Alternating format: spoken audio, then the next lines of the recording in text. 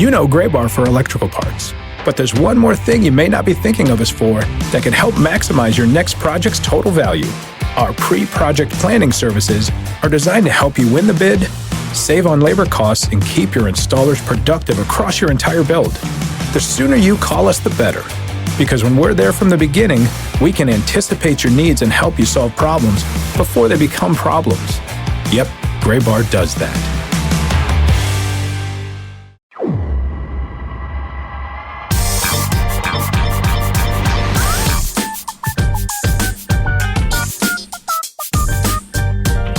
Hi, everybody, and welcome into the show before the show, the official podcast of Minor League Baseball. I am Sam Dykstra, joined this week by Benjamin Hill. No Tyler Mon this week.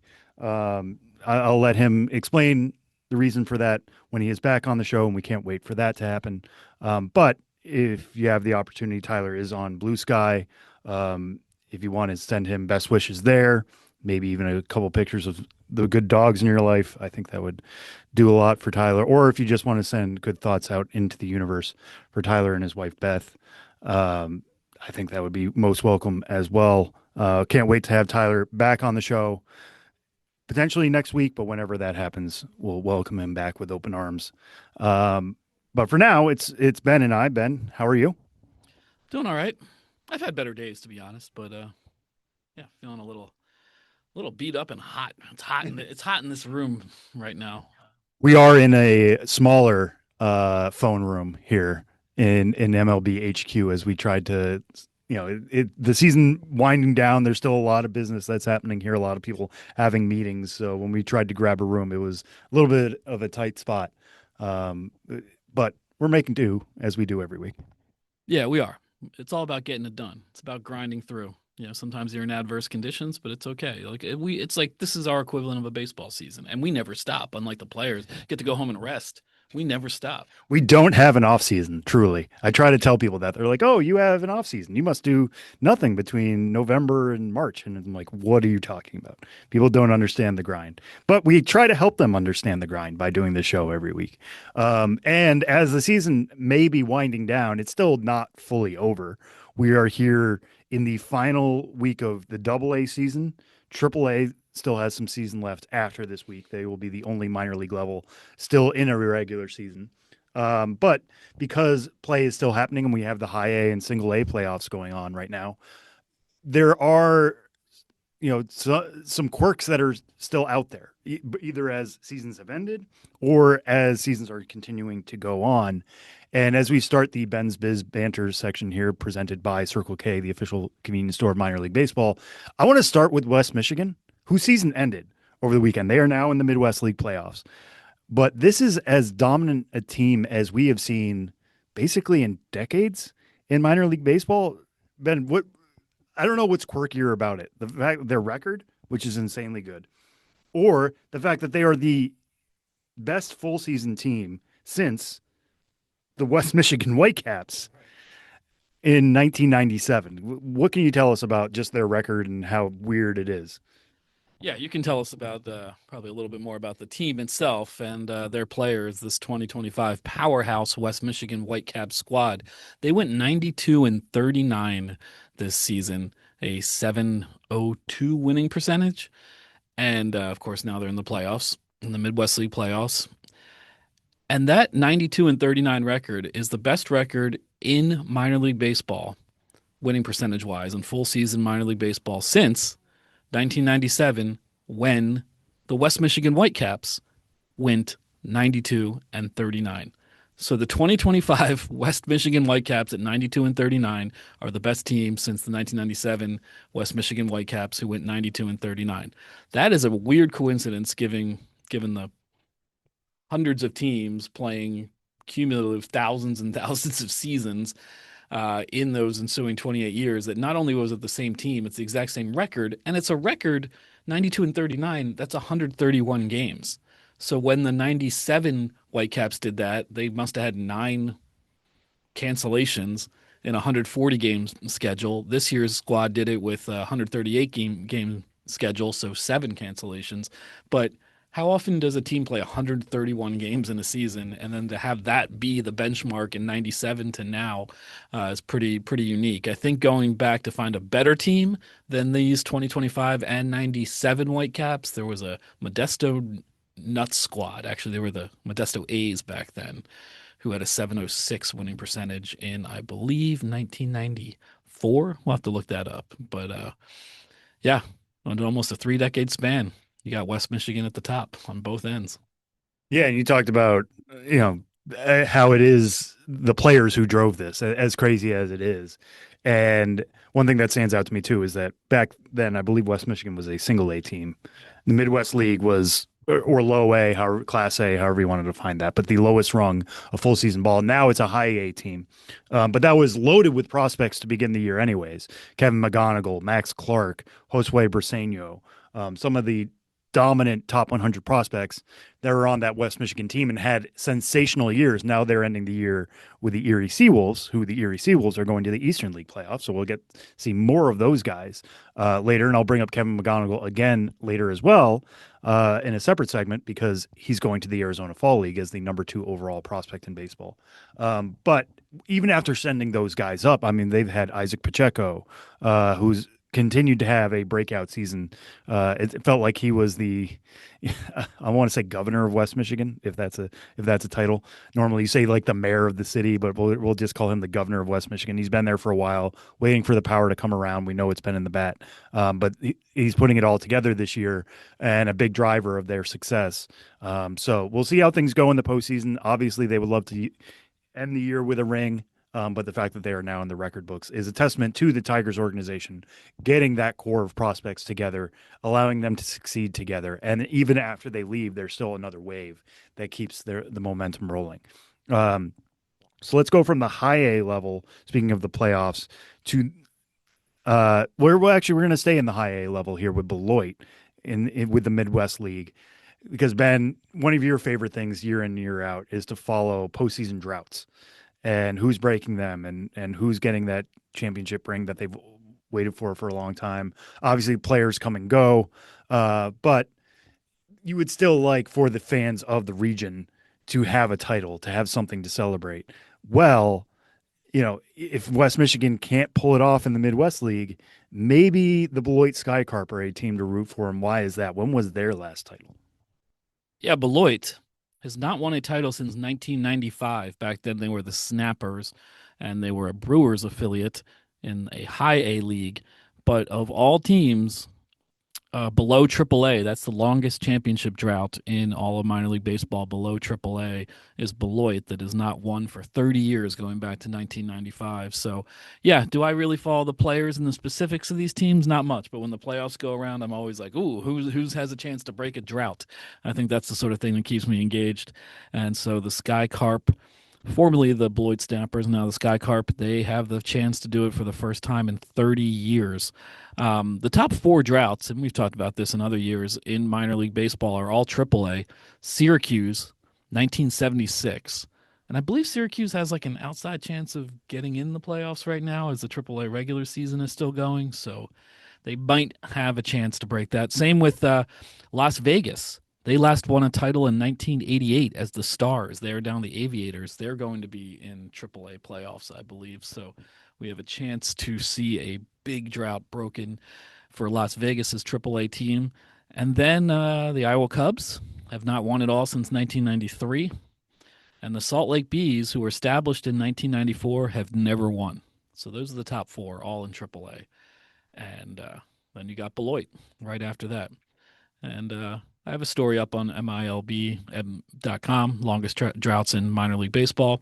You can Google it. I mean, it's not really up on the site right now, but I'll update that after the playoffs and run a new version, hopefully with some significant changes, maybe with barely any changes at all. We'll see.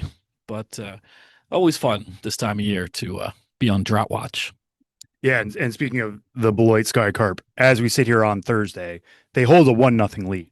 So at the very least, by the time this episode comes out, they should at least still be in the playoffs. I got a little worried when we started this segment. I was like, oh, I haven't checked how they did yesterday.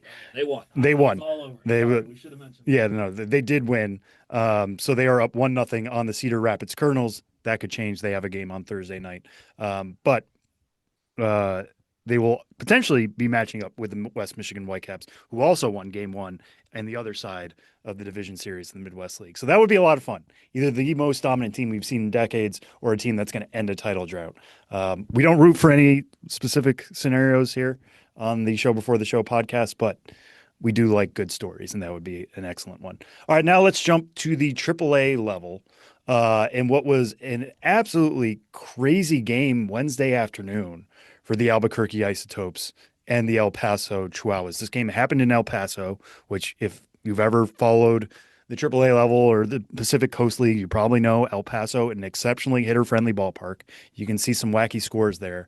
And we're kind of turning this into a mini version of Crooked Numbers. I know we've covered that. I think we dove into some Crooked Numbers last week on the show, but this is maybe a preview for September because the Albuquerque Isotopes defeated the El Paso Chihuahuas 21-10.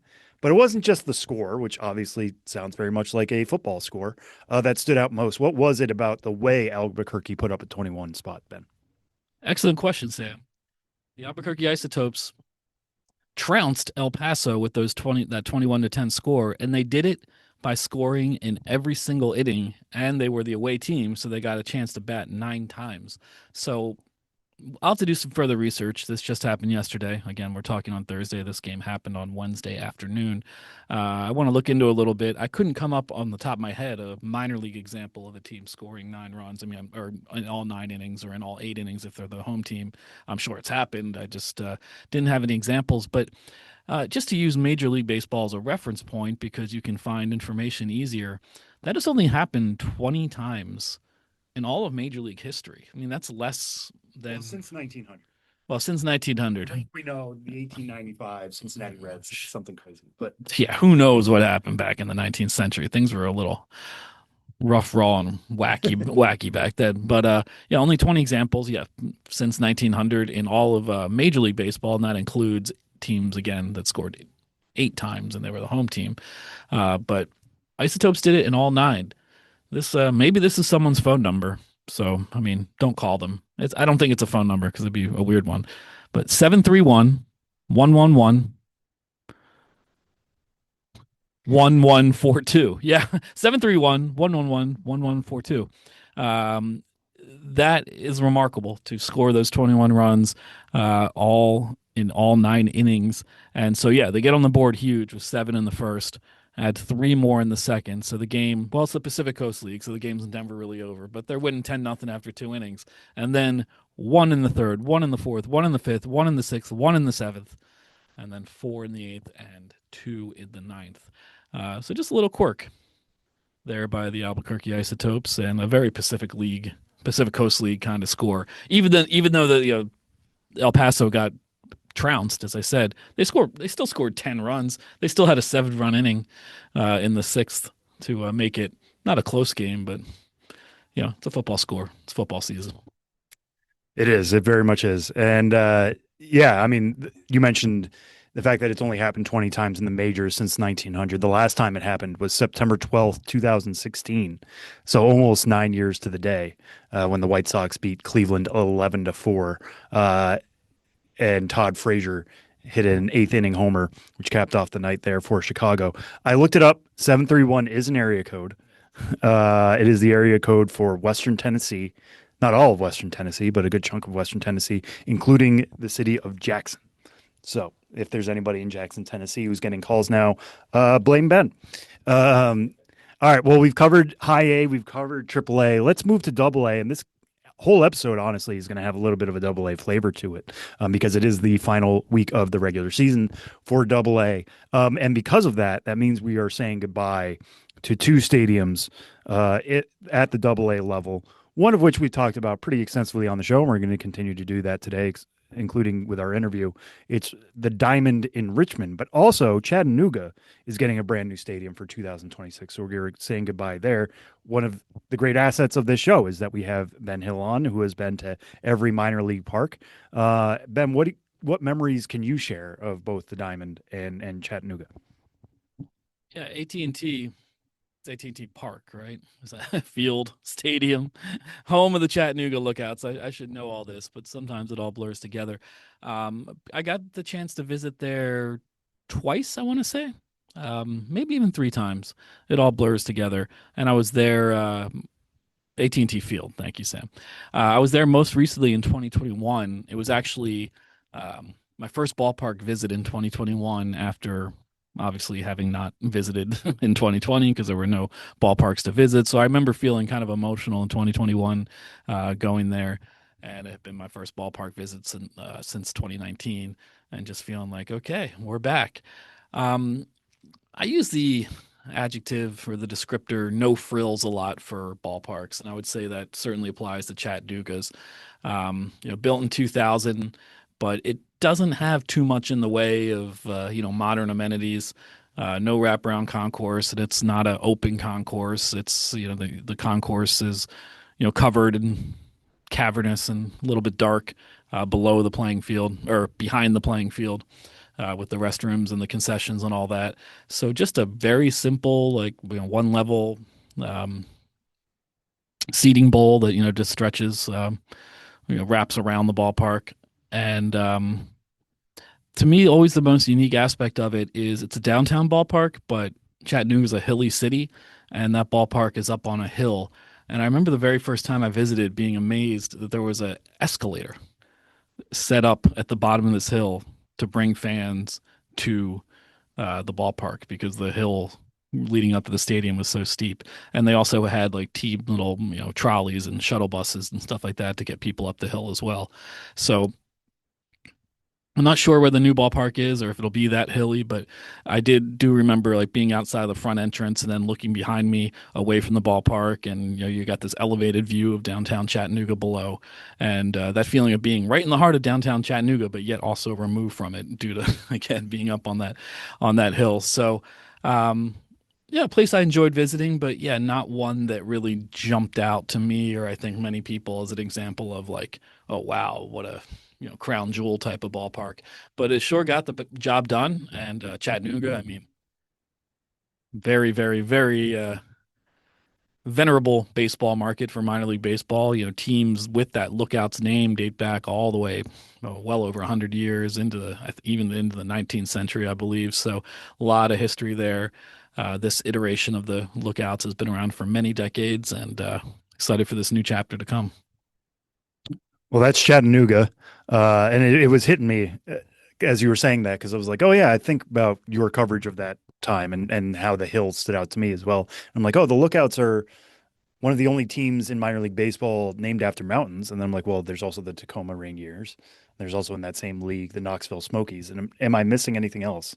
That's a good question. I think those are the only mountain teams. There's probably ones that people are, I don't think there's, ever since we lost the Grand Junction Rockies, I don't think there's a Rockies team that's named after the Rockies. We'll think about this. We will think about this, but look out for a new stadium in Chattanooga.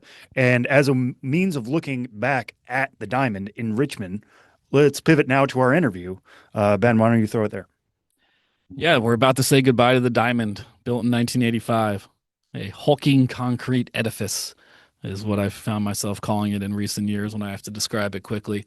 But we're going to talk to not someone from Richmond, but someone from Hartford, Yard Goats broadcaster Dan Lovallo, who will be calling the games on Saturday and Sunday, the penultimate and final games at the Diamond as the visiting broadcaster for the Hartford Yard Goats. But he was also there in 1985 as the voice of the Richmond Braves when the ballpark opened. So, a nice perspective there from someone who was there at the beginning and who will be there at the end, saying goodbye to Richmond's The Diamond. This is Dan Lovallo.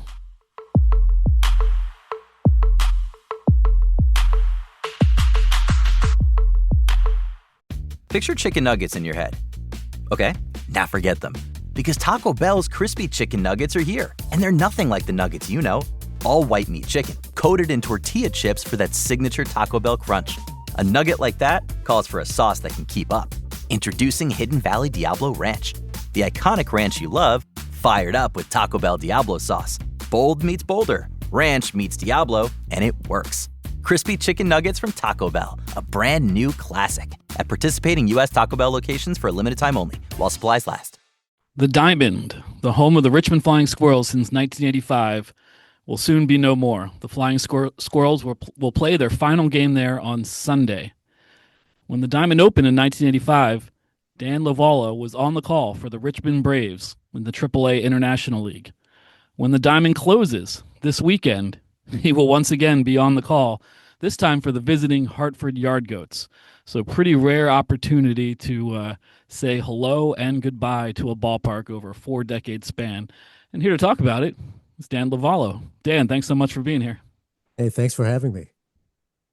So where to begin? I guess we'll start at the beginning, at least of the Diamond. You've obviously been in sports journalism and broadcasting for a real long time. But what was your path that brought you to the Richmond Braves in 1985? Well, it was an interesting one because I started in local radio back in the mid-1970s in my home state of Connecticut. And I did news and sports, but I always had a passion to broadcast professional baseball. So in the early portion of 1983, I get a call from a friend of mine in the newspaper business, and he said, there is an opening to broadcast baseball games in Kinston, North Carolina for the Toronto Blue Jays Single A Club. But the problem is, not only do you have to broadcast the games, you have to drive the team bus. And I said, that might not be a problem because when I was in college, during my spare time, I actually drove a bus. Now, little did I know that the bus I was going to be driving for the Kinston Blue Jays was one that was manufactured back in the 1940s, but I learned to drive almost on the job a double clutch standard shift, and that's how I was able to get the job because I also drove the bus in addition to broadcasting the games, and I did that for 2 years. And, you meet people along the way, you make contacts. And I found out in 1985, obviously they were building a new ballpark in Richmond. This was going to be a state-of-the-art double-deck minor league ballpark, and they were expanding their broadcast crew to full-time, 2-member broadcast crew. Before, as you know, you'd have a single person on the broadcast crew, and maybe that broadcaster would have some help for home games, but essentially you traveled alone on the road. Well, now they were going to add another broadcaster home and away. I applied for the job. I got the job. And that's how I ended up broadcasting AAA baseball for the Richmond Braves in 1985 with a great guy at the time, my broadcast partner, Bob Black. All right. Well, that is quite an origin story. I think we might have to get back into that, some bus driving stories in a bit. But the Diamond, so it was a brand new ballpark at the time you started.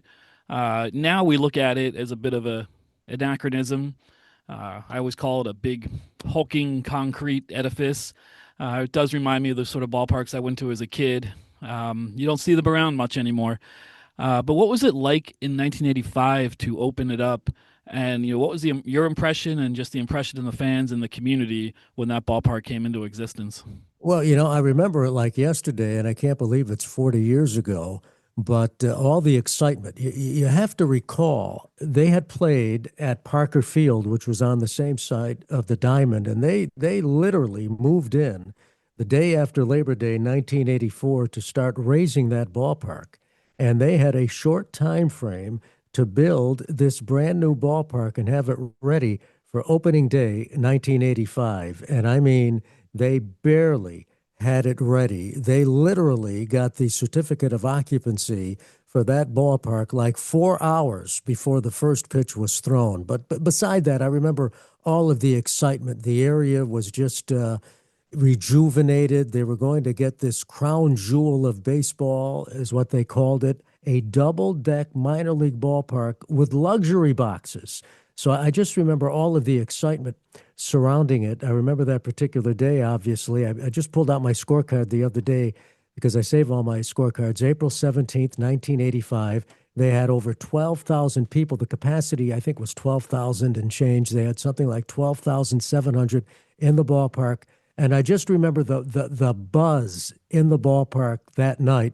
Richmond ended up losing the game to Syracuse, coincidentally, Toronto's AAA affiliate. And a pitcher who got the save in that game actually pitched when I was with the Kinston Blue Jays. So I knew a lot of those players on the Syracuse team. But I remember the excitement. I remember the buzz and the constant buzz all season long in that ballpark. And then the next year, the Richmond Braves won it all. They won the regular season International League Championship. They won the Governor's Cup crown. So it was a great time for baseball in Richmond. But I remember that opening day because it was such a modern ballpark. I got to park my car underneath the stadium. You actually would drive in, and I got don't ask me why they gave me the prime parking spot, but I got to get out of my car 2 steps away from the elevator, step on the elevator, and go upstairs to the press box without even having to move, I think, 10 feet walking wise. It was just an incredible, incredible time. Yeah, and you mentioned facing Syracuse in that first week, knowing members of that team from your Kinston days. As you saw teams roll into that stadium and see a second deck, which, we talk now to minor leaguers and they're like, oh, I can't wait to get to the majors. And there's a third deck, and how foreboding that can feel when you jump to the show. I'm sure at the time, just that level of seats must have, been intimidating to other players coming in. What was the feedback you were getting as the season rolled along? Well, the feedback was they felt as if they were at the time in a mini major league ballpark. You have to remember, and John Smoltz says this. In fact, I heard John in an interview talk about this the other day. He had been at Double-A in Glens Falls, New York, when he got traded to the Braves organization, and then his next stop is in Richmond, and his comment was, I walked into that ballpark and I couldn't believe I was in a minor league stadium. I felt as if I was in a major league ballpark. And that was the reaction. These players had never, and you've got to remember back then, the Double-A and Single-A ballparks weren't what they are like today. So the reaction of a lot of these players was, wow, they wish they had one of these. They felt as if they were in a mini major league stadium. And when you go back this weekend, because you'll be down there for Saturday and Sunday's games with the Yard Goats, is there any specific part of the ballpark that you're going to look to first and try to revisit and see if it's changed? Or is there one spot that's like particular to you? I'm sure the press box being one of them, but anywhere else that really stood out to you is like, oh man, this is my favorite spot here. Well, I'm going to tell you a story because I've broadcast games in that ballpark since I left the Richmond Braves, because I've made several trips with the Hartford Yard Goats over the years to broadcast games in the Diamond. So let's go back to, I think it was 2015, the first time I went back to that ballpark to broadcast games for the New Britain Rockettes. That was the forerunner to the Yard Goats. And I remember they had moved the broadcast booth for the visiting broadcasters into the booth which used to be the home team broadcasting booth. So here I was actually sitting in the same spot that I was in 1985 broadcasting Richmond Braves games, broadcasting a game for the New Britain Rockettes against the Richmond Flying Squirrels, and I couldn't believe it. I actually think I was in the same chair that I broadcast in back in 1985 and 2015. But I used to like to, getting back to your original question, Sam, I used to just like to walk around the upper deck of that ballpark because it really felt as if you were in a major league ballpark. So I would walk around the upper deck, and then back then in 2015, we had our phones, so I was walking around the upper deck taking pictures. So I had that favorite spot in addition to just being in the broadcast booth. It was really a mini major league ballpark, and I've been back since I left the Richmond Braves, and so it's going to be fun again, making one last turn around the diamond over this weekend. Yeah, and I imagine it'll be an emotional moment for you, bittersweet, all those adjectives. How do you think you'll feel when you're back there and knowing this will really truly be the final time after all these decades? Well, it's going to be emotional. It's going to be emotional for me as it is emotional for a lot of people in Richmond. That ballpark meant a lot to a lot of people. I met a lot of fans over the years when I was broadcasting Richmond Braves games, particularly, whose life centered around that ballpark. So I know it's going, and I could tell you stories, but I know it's going to be emotional for them. It's going to be emotional for me because you now know that this ballpark is going to be no more, that they're going to have a brand new ballpark next door. Things move on, and it's going to, I'm sure some tears will come to my eyes over the weekend. Yeah, absolutely. And then in 1985, the first season, how many more seasons did you stay with the Richmond Braves broadcasting their games? I did 4 seasons, 85, 86, 87, 88. And then, I had some family issues back home in Connecticut. My family needed me back home, so I was able to. It was tough. I had to leave to go back to family, but I got a job in broadcasting in Hartford, and that eventually led me to broadcasting professional baseball again with the and Rockettes, and then the Hartford Yard Goats. But they were 4 great years in Richmond, and I've always considered Richmond a second home. And so anytime I get the chance to go back to Richmond, as I have with the Yard Goats, I always look forward to it. And that's why I'm looking forward to this weekend.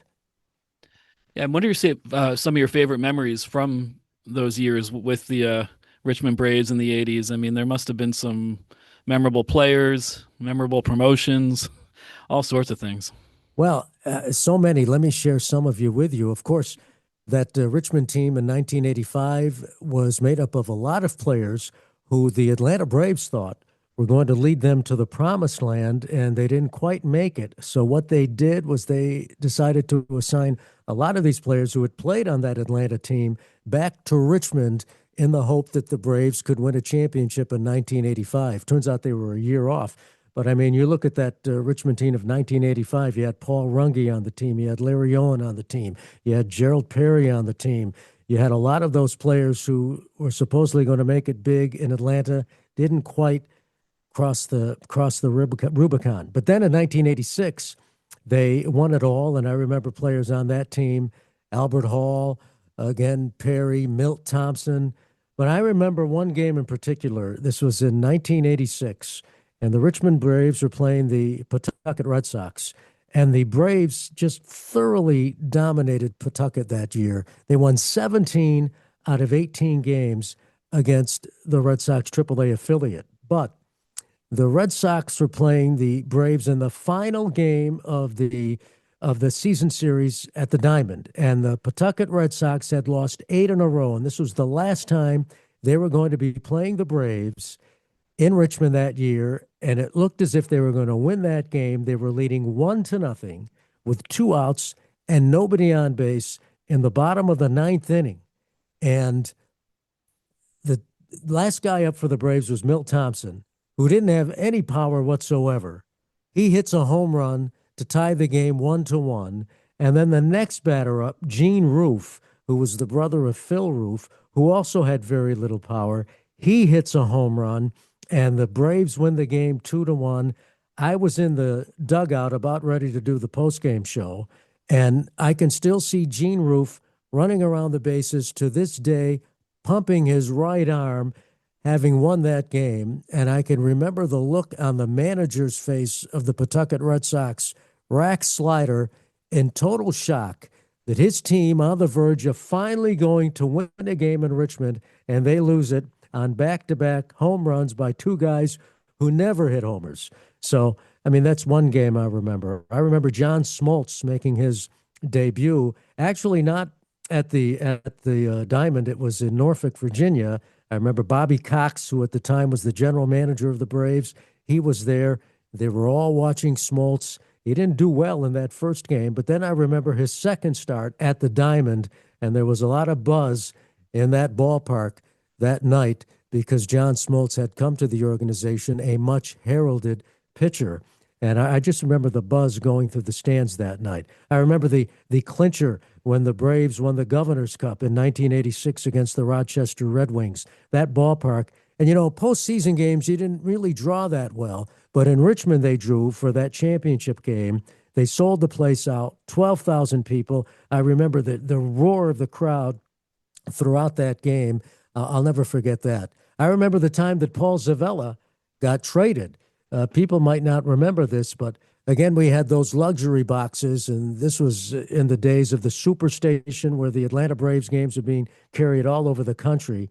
And here I was doing the games with Bob Black, my broadcast partner, and to this day, in my opinion, the voice of the Richmond Braves. And there was a conversation going through the press box. They announced on the Atlanta Braves telecast that Paul Zavella is going to be traded to the New York Yankees. And Zavella was playing shortstop in that game for the Richmond Braves. And so the game is over. I was doing the post-game show again that day, and my guest was going to be Paul Zavella. And so the game is over. I corral Paul as he's coming off the field. I said, "Can you come on the post-game?" He goes, "I've got to go into the manager's office first." And the manager had told him that he was traded to the New York Yankees. So Paul didn't even get a chance to talk to his family. He literally went from the manager's office to the dugout so I could interview him and get his immediate reaction to having been traded to the New York Yankees. So those are some of the many memories I have broadcasting games from the Diamond.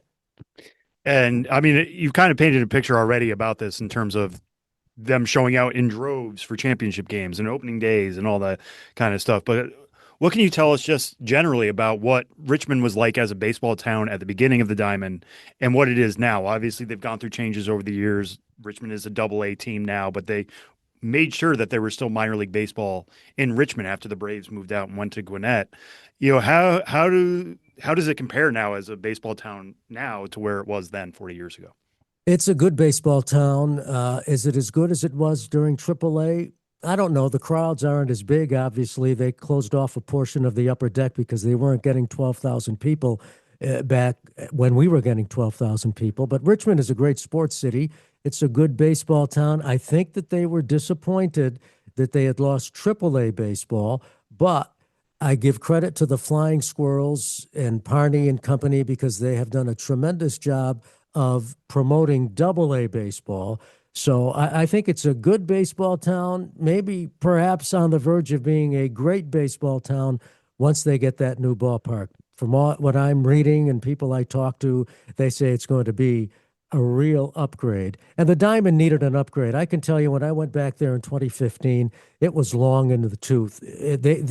There was talk about perhaps renovating the ballpark, but you were going to be pouring more money into a facility that needed to be raised and a new one constructed. So it was long in the tooth. It had its day. And I think Richmond, a great sports town, is going to become a great baseball town again because of that new ballpark. And I credit the management of the Flying Squirrels. They do an excellent job of promoting. And is the attendance as good as it was back in the AAA days? No, but they usually lead Double-A baseball in attendance because the fans still come out the way they promote that team. I appreciate you bringing up the new ballpark because between what you were doing with Richmond at the very start of the Diamond and also your time with Hartford, moving from New Britain to Duncan Park there in downtown Hartford, you had experience with new ballparks and opening new ballparks. Speaking generally, when a new ballpark opens, what do you look for? And what should people look for when they go to the new one? Not necessarily specifics to the new one, but like just what are you looking for in a new ballpark when it opens? Well, obviously, great sight lines. Fans want to be close to the field. They want to be able to watch the game. You see more and more of these ballparks, such as Duncan Park in Hartford, have a 360 concourse, so you can walk around the ballpark. From a fan perspective, you want a great variety of concession offerings, food offerings, because going to a baseball game now, particularly at the minor league level, not only is an event to go and watch the ball game, as you know, it's a social event, a chance to hook up with people, a chance to have a night out, a chance to sit, to eat, to maybe have an adult beverage. So you look for all of those conveniences, a chance, kids and the Yard Goats are very good at doing this, having attractions for the kids. So you're looking for all those amenities in a new ballpark. I'm going to tell you a quick story, Sam and Ben. And this goes back to like 1985, 1986. The Diamond opens, and the mayor of Hartford, Connecticut, always wanted to bring professional baseball back to Hartford. He came down to Richmond, and we gave him a tour of the Diamond. And his final comments to me were, "I want one of these in Hartford." This was Mayor Mike Peters, who has since passed away, and he was never able to live to see that ballpark built in Hartford. So fast forward to Duncan Park opening in 2017, and now people are coming around from the Eastern League, such as Richmond, and their comment was, "We want one of these in Richmond. So you see how the tables have turned. But amenities, comfort, an opportunity to watch a ball game, an opportunity to socialize with friends and family, an opportunity to have a great offering of food, walk around the park in its entirety. I think the CarMax Park is going to meet all of those needs as Duncan Park has met those needs. That's what I look for. I think that's what the fans look for. Absolutely, but there is a pitfall in a lot of new minor league ballparks in that they often put the club areas right behind home plate and push the press boxes a little bit down the line. So when you mentioned sight lines, great sight lines for the fans, but I always sympathize sometimes with the broadcasters who get shunted off to the side a little bit. Yeah, I mean, that's the way it's happened. It's happened at Hartford. I can tell you we're not located behind home plate, but they've done a great job of accommodating us, although we're on the third base line. Now, I will say this. I'm hearing from people that the broadcast booths at CarMax Park are going to be located right behind home plate, so they're going to have great sight lines in Richmond. Excellent. Well, that's great to hear. And just one more time talking about the Diamond, and not to put you on the spot too much, but if you had to write its epitaph or eulogize it a little bit, how would you distill its essence in describing it to people and what it meant? Well, I mean, again, it meant so much for the city of Richmond because I think it rejuvenated baseball in Richmond and it created interest in Richmond. I would say because their slogan right now is "Diamonds are not forever." I would say very true, but this once crown jewel of baseball has produced memories that will last forever. And now it's time for another new crown jewel to take its place next door to the old one because memories do last forever, even though diamonds might not last forever. That's right. Well, it's coming up. We're talking to you here on Thursday. This podcast will be out on Friday, and then Saturday and Sunday, you'll be calling those games. So tune in if you can to listen to Jeff Dooley and his partner Dan Lovallo calling the final games at the Diamond. And I want to say both to you, Ben, and to Sam, I have been so fortunate to have two great broadcast partners, whether it was Bob Black in Richmond and now Jeff Dooley, who have both become dear friends. And it really helps when your broadcast partner is also a dear friend. So I know I'm looking forward to doing these next two games with Jeff over the weekend. Yeah, well, I hope it goes great, and really appreciate you taking the time to speak with us. Well, thanks for having me.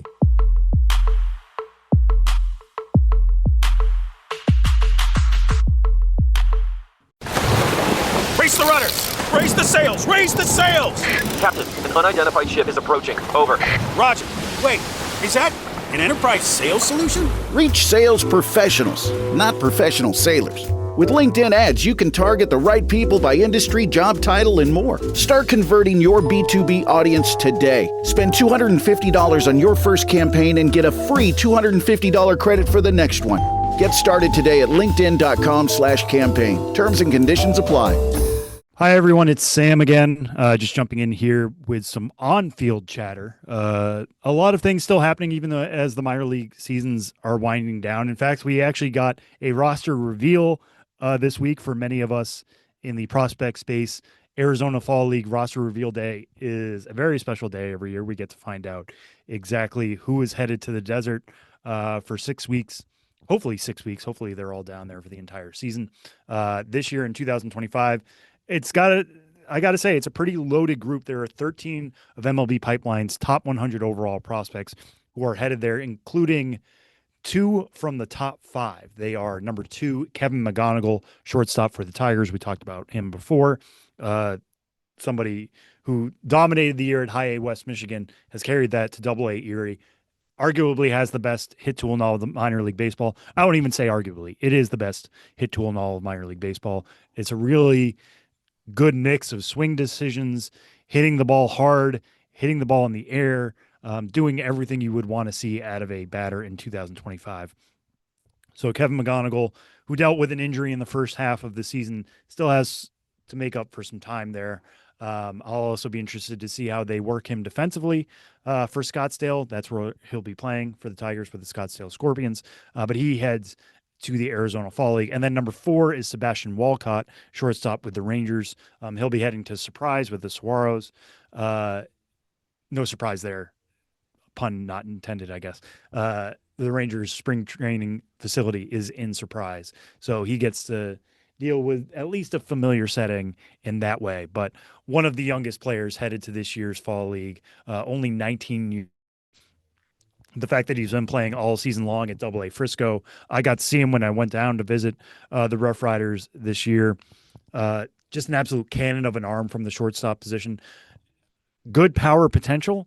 I know it hasn't all fully been there this year, but you kind of have to be grading him on a curve because he has been so young for the Double-A level.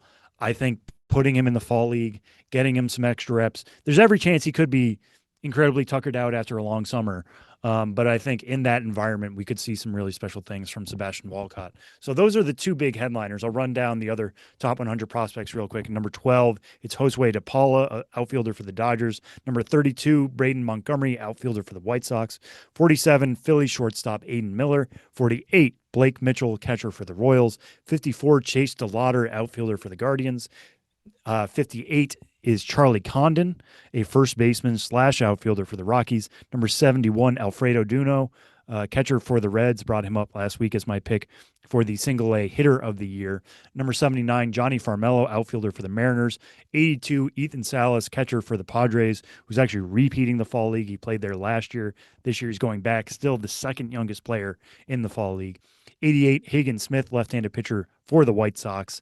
And then number 95, Cam Collier, corner infielder for the Cincinnati Reds. We have the entire Arizona Fall League rosters out at MLB.com. Just give them a search, 2025 Arizona Fall League rosters. Jonathan Mayo, Jim Callis, and I broke it down by Major League Parent Club. So it's much easier for you to find. If you are a Blue Jays fan, here's everybody's going for the Blue Jays. If you are a Reds fan, here's everybody going for the Reds. As much as I'm sure there are some fans of you out there who are like, I'm a big Glendale Desert Dogs fan. I want to find out who's going to Glendale. It's a little bit tougher for that, but they're all available on the Arizona Fall League page as well. You can find all the rosters there. Tons more to talk about about the Fall League when I get closer to my time in the desert, as I do every year. I'll be spending 2 weeks out there. Hopefully we'll be bringing you guys some interviews from Arizona, talking with these guys, checking in with them, seeing how their AFL is going, but also what they've carried from the regular season to the Fall League. Are they changing positions? Are they trying new pitches? What are they doing with that opportunity? So tons more to dive in there, but just the fact that we have the rosters and there are some really significant names here, I think is super, super exciting. So more to come on the Arizona Fall League, but there are the initial rosters there. As we did last week, because it was the closeout of the Single-A and High-A seasons, we named hitter and pitcher of the year, at least for me. This is not an official award by any manner at all, as much as I would love to give out the showies. I don't know what we would call them exactly, but the show before the show awards, this is our version of that in some way. So with Double-A coming to a close this week, let's look at Double-A. The Double-A hitter of the year for me would be Felix Reyes of the Phillies organization. Got to play for Double-A Reading this season. As it stands here on Thursday, he is the Double-A qualified leader in batting average with a 341 average. Nobody else who's qualified is batting above 307 as we speak. You can put whatever you want into average alone, but that just really pops off the page for Felix Reyes. He also leads all Double-A qualifiers in slugging percentage at 575. Nobody else is slugging above 499, as you might expect. He also leads in OPS at 945. He has the most doubles in all of Double-A with 34. He has the second most extra base hits with 52. He has the second most total bases at 206. Now, if you've been following minor league baseball for a while, you might know that Double-A Reading is an extremely hitter-friendly ballpark, or has been in the past. I don't think it's quite been that this year. There are myriad reasons for that. Some of the reasons I've seen thrown out there is that they've made some renovations to Reading. Maybe that's affecting how the ball is flying there. Obviously, it's not at a super high elevation like some of these other parks, particularly in the Pacific Coast League. So it's interesting to see that kind of turn around. And when you evaluate somebody like Aiden Miller, who I just said is heading to the AFL and has had a little bit of a down year, uh, something to consider there, that I don't think Felix Reyes is just doing this because he's been playing in Reading. He has 14 homers and 13 steals in his 93 games with the Fightin' Phils. But yeah, fascinating to see Felix Reyes really take a step forward here and become, in my eyes, the most productive hitter at the AA level this year. On the pitching side, we're going to stick in the Eastern League, but this is, I think, going to be the easiest pick I have to make of anybody in any of these levels. The AA pitcher of the year is Jonah Tong, far and away. He had a 1.59 ERA in 102 innings for AA Binghamton this season. Struck out 40.8% of his batters faced, which is absolutely insane. He led AA in strikeouts with 162. Nobody else has more than 148 as we sit here now. So the fact that he was posting not even a sub 2 ERA, a sub 1.6 ERA. The FIP was 1.73. That's best at the level among pitchers with at least innings pitched. And there are 58 of those, by the way.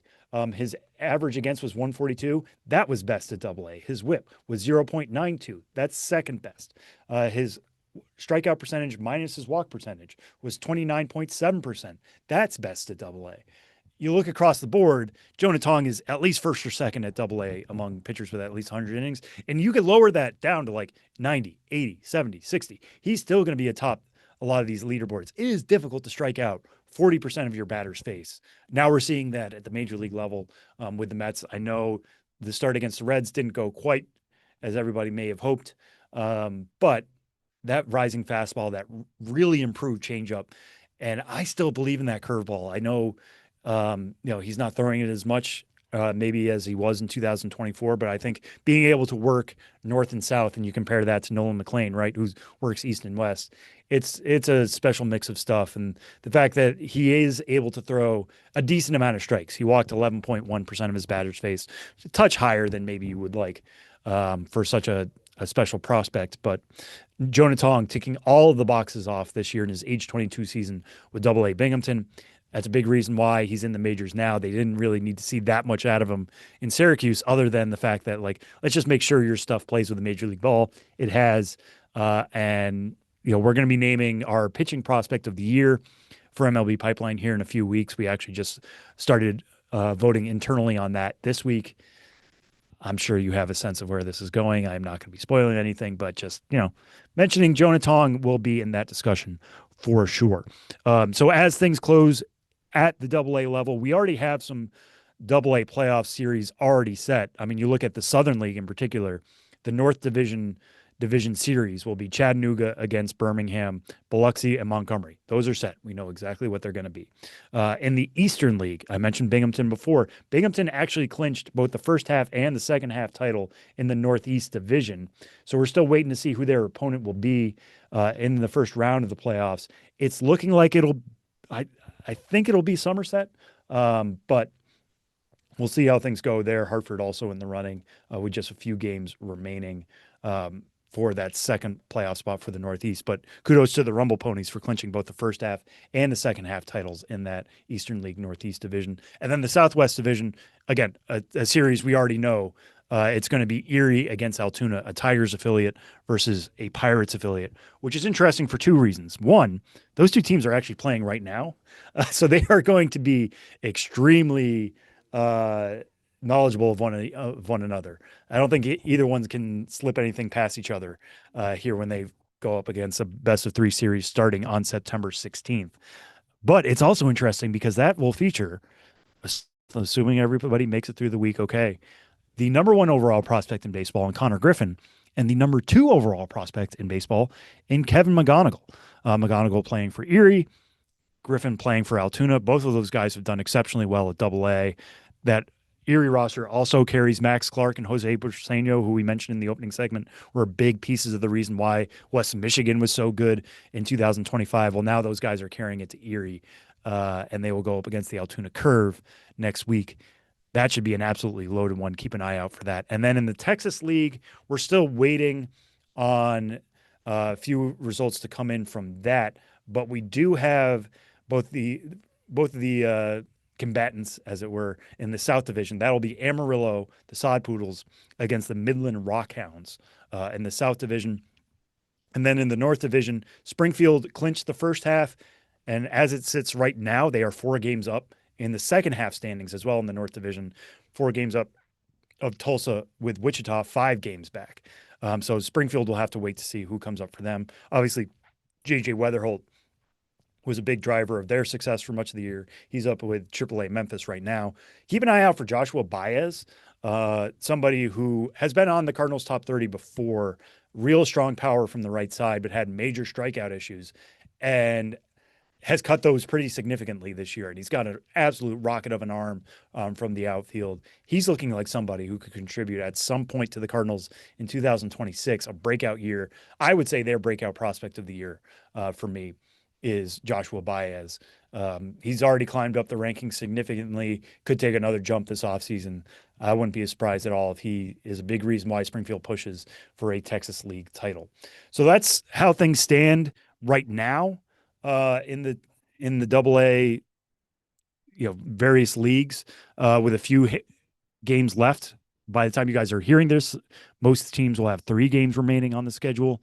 So things could conceivably come down to the wire, but again, we have so much that's already set in those 3 AA circuits. High A and single A, I won't go through all these right now because they're going to change literally tonight after I record this, but those are all continuing to go on. If you want to follow the playoffs, we actually make that very easy for you on MLB.com. You can type in MLB.com/playoffs, and that will take you to the 2025 playoffs landings page. You can follow who's already clinched. You can follow how each series is going across all of the full season leagues. It's very easy to do that. You can also get ticket information if you are in any of these cities and you're looking to go to the games. I highly recommend it. I know it's a little bit of a weird time with school being back and these happening in the middle of the week, but it's playoff baseball. It's playoff baseball coming to your hometown, and nothing can beat that. And you can potentially see a clinch and see guys go nuts and be super excited to moving on, because these guys, I can tell you, as much as I talk to prospects and you think like, well, it's individuals, they're trying to push for the major leagues, they're competing with each other to some degree. They care about getting a ring. They want to make sure that this summer was all worth it for something beyond just advancing their careers. They want to end it on the highest note they possibly can. So lots still to come from the AA series. And then obviously we'll talk more about AAA next week, as that's closing down as well. But lots of baseball still out there. So that's been this week's on-field wrap-up, on-field preview, with the AFL still coming down the tracks in a few weeks. We're going to take another break here, and I'll be back with Ben for another riveting edition of Name That Dude. Catch you on the other side.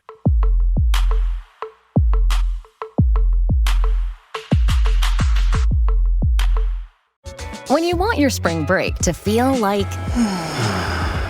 and your kids' pool day to feel like... and your hotel bed to feel like...